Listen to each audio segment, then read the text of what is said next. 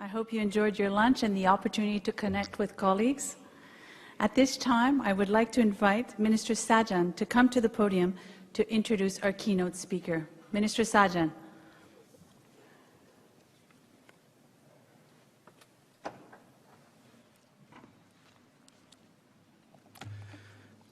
Good afternoon, ladies and gentlemen. Our guest today was named a UN Goodwill Ambassador in 2001. On the day of her appointment, she said, and I quote, "We cannot ignore the fact that millions of people are out there suffering. I honestly want to help. I don't believe I feel differently from other people," end quote. Others may feel the same way, but few have done more to raise awareness and attempt to bring light to dark places. And even fewer have ventured as far and as frequently to bring hope and help to those in need. As Goodwill Ambassador, and more recently as a UNHCR Special Envoy, our guest has undertaken more than 60 field missions across the globe. She has cleared landmines in Cambodia and Kosovo, comforted earthquake survivors in Haiti, visited refugee camps in Chad, Sudan, and other countries in conflict. From the very beginning, she has been a passionate advocate for the risk populations, and especially women and children. In the UK, she co-founded the Prevention of Sexual Violence Initiative, and she is currently a visiting professor in practice at the London School of Economics Centre for Women, Peace and Security. Ladies and gentlemen, please join me in welcoming the UNHCR Special Envoy, Ms. Angelina Jolie.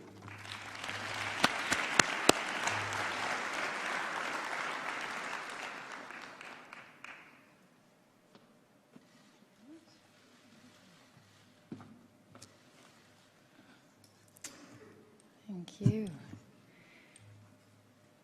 Your Excellencies, ministers, ladies and gentlemen, it is an honor to be here.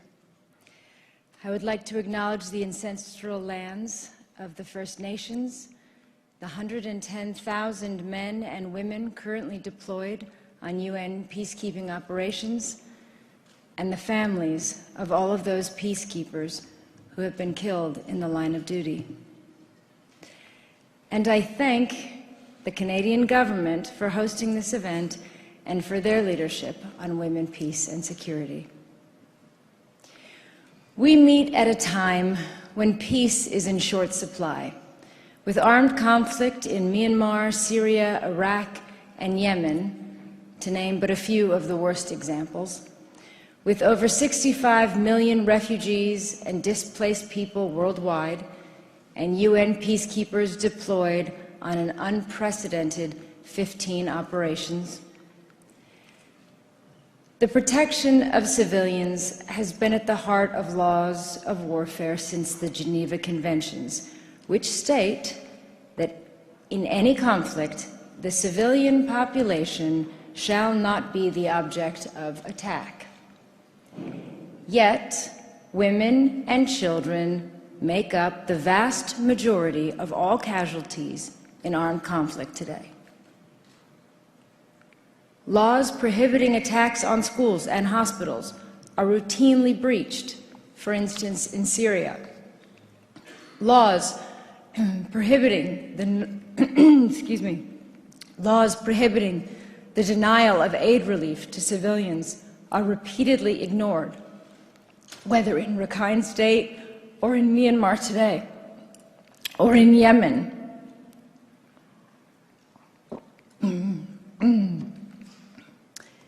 In Yemen, where millions of people are facing death from starvation.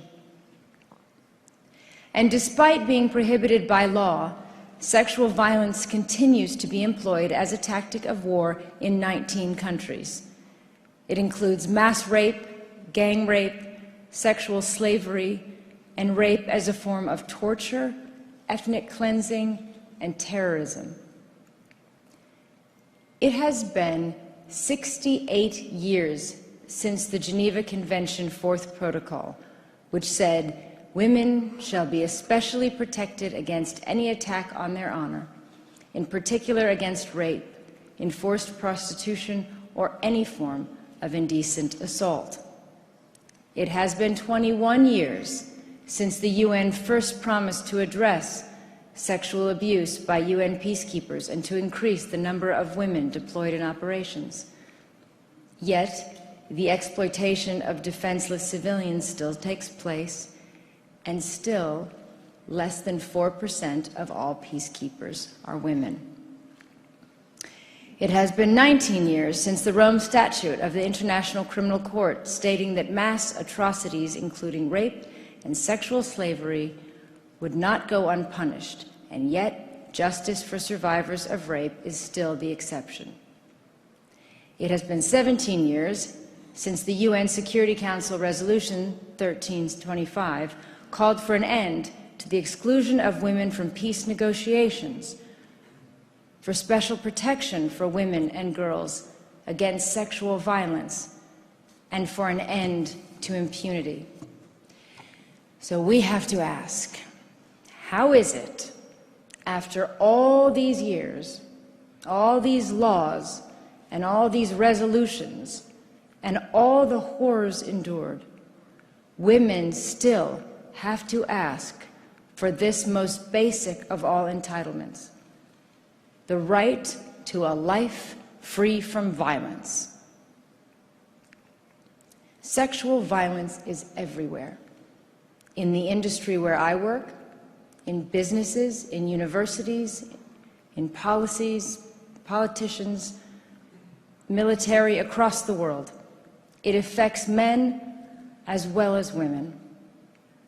However, it is recognized by the UN as one of the prime reasons why women remain in a subordinate position in relation to men in parts of the world, and as a critical obstacle to achieving women's equality and our full human rights. Ending gender-based violence is therefore a vital issue of social justice in all nations, and confronting its use in its most extreme form as a weapon of war is essential for future peace and security. I want to address 3 myths that I believe go to the heart of why these crimes still occur and what we have to overcome together. The first myth is that this behavior is sexual. All too often, these kinds of crimes against women are laughed off and depicted as a minor offense by someone who cannot control themselves, as an illness or some kind of exaggerated sexual need. A man who mistreats women is abusive. Only last week, a trial opened in the Democratic Republic of Congo for 46 alleged cases of rape of children by militia fighters who had been told that the blood of virgins would grant them supernatural protection. Some of the victims were 18 months old. According to the UN, almost every female Rohingya refugee in the camps in Bangladesh is either a survivor of sexual violence or a witness to multiple instances of sexual assault, rape, or gang rape. MSF said that half of the patients it has treated for rape are under 18 years old, and one was just 9 years old. This is rape and assault designed to torture, to terrorize, and to force people to flee. It has nothing to do with sex. It has everything to do with abuse of power. It is criminal behavior. The second myth is that even when conflict-related sexual violence is clearly understood as a crime, it is treated as a lesser crime an inevitable aspect of the breakdown of social order, not a central issue for peace negotiations or agreements, and not grave enough to mount prosecutions and imprison those responsible. But sexual violence is a weapon used to deliberate effect to achieve military or political objectives. It is cheaper than a bullet. It has long-lasting consequences that unfold with sickening predictability. And that is what makes it so cruelly effective.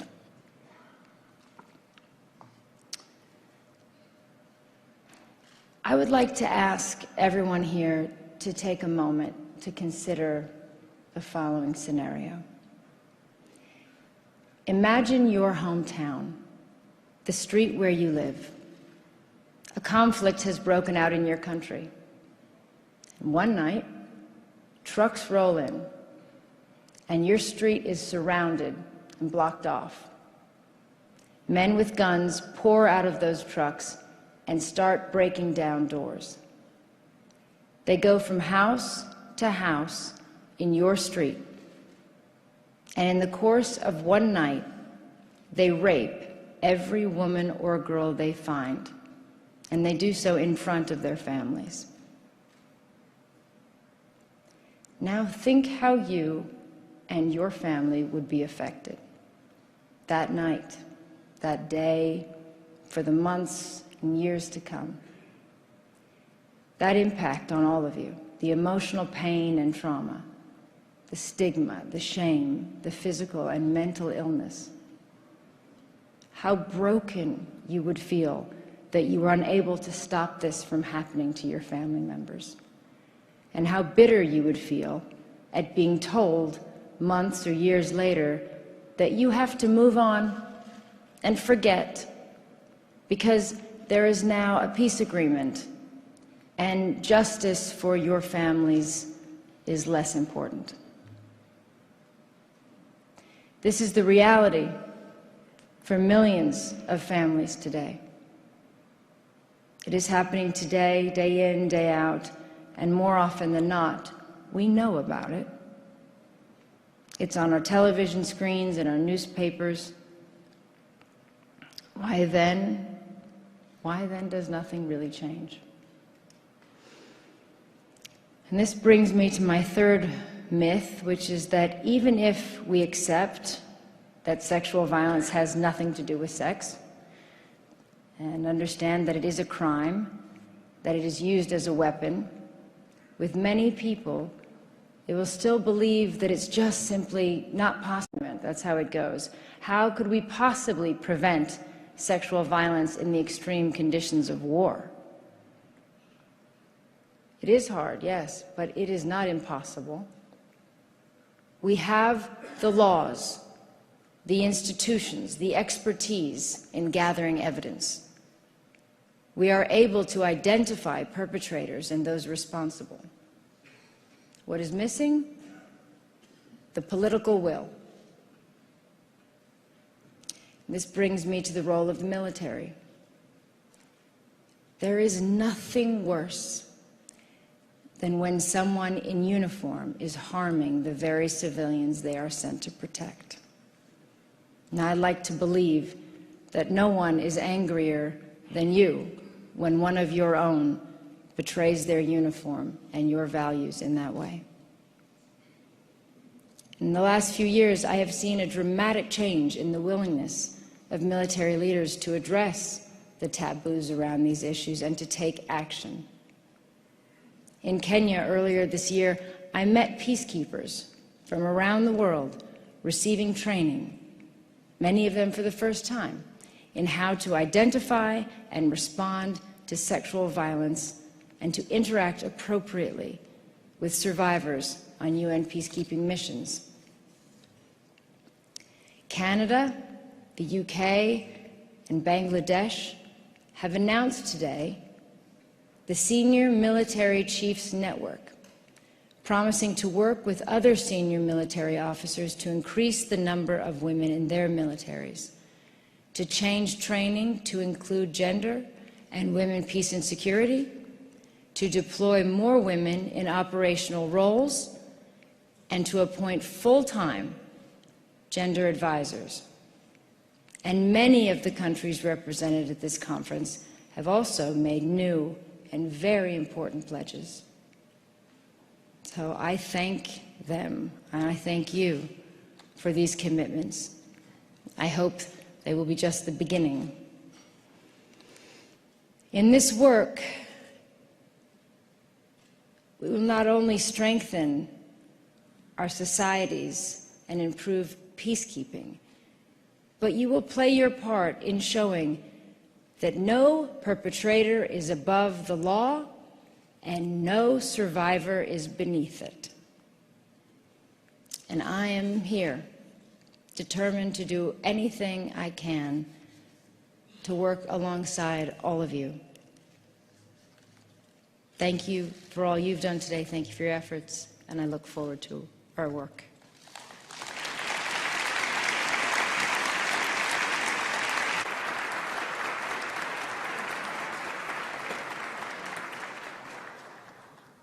Merci beaucoup, Madame Jolie. Thank you very much, Ms. Jolie. Now, Christian Freeland, Minister of Foreign Affairs, is going to take the floor to thank our speaker. You have the floor, sir. Madam, you have the floor.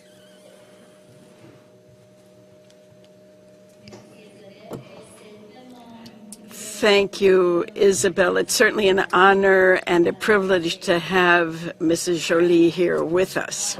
I think that my Prime Minister delivered a fantastic speech this morning. But I suspect that when all of us go home tonight or tomorrow and talk to our families about the speeches we heard at this conference, our families are going to be most interested in what we heard from Angelina Jolie. And that is because she is doing something really remarkable with her life, which is using the power of her celebrity and the power of her intellect to bring difficult, painful issues that a lot of us would rather not think about, and to really shine a light on those issues.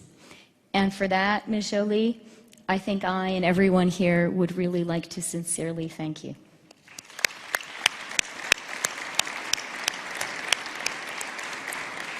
And speaking as a woman, I also want to thank you for your passionate and your courageous feminism.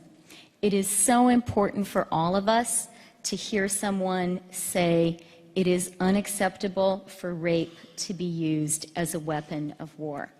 To hear someone say that rape is not about sex, it is about violence. It is about imposing submission on women, and those are very, very important words.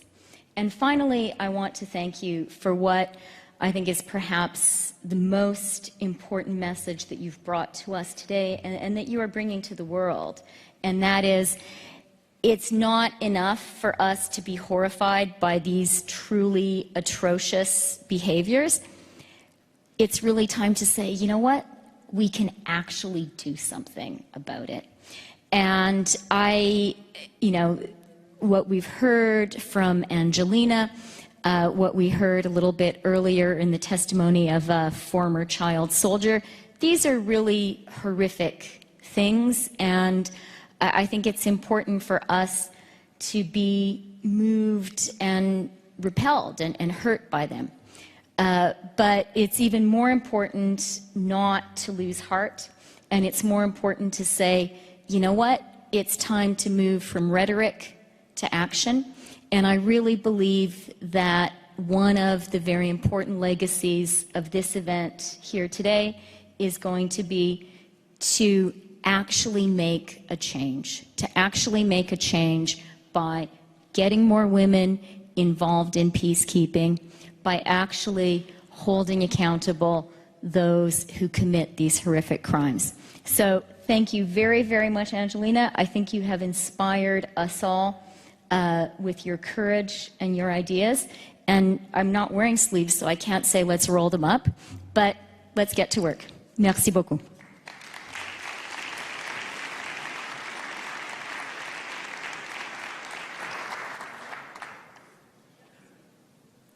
Ladies and gentlemen, please join me in thanking our keynote speaker, Ms. Angelina Jolie.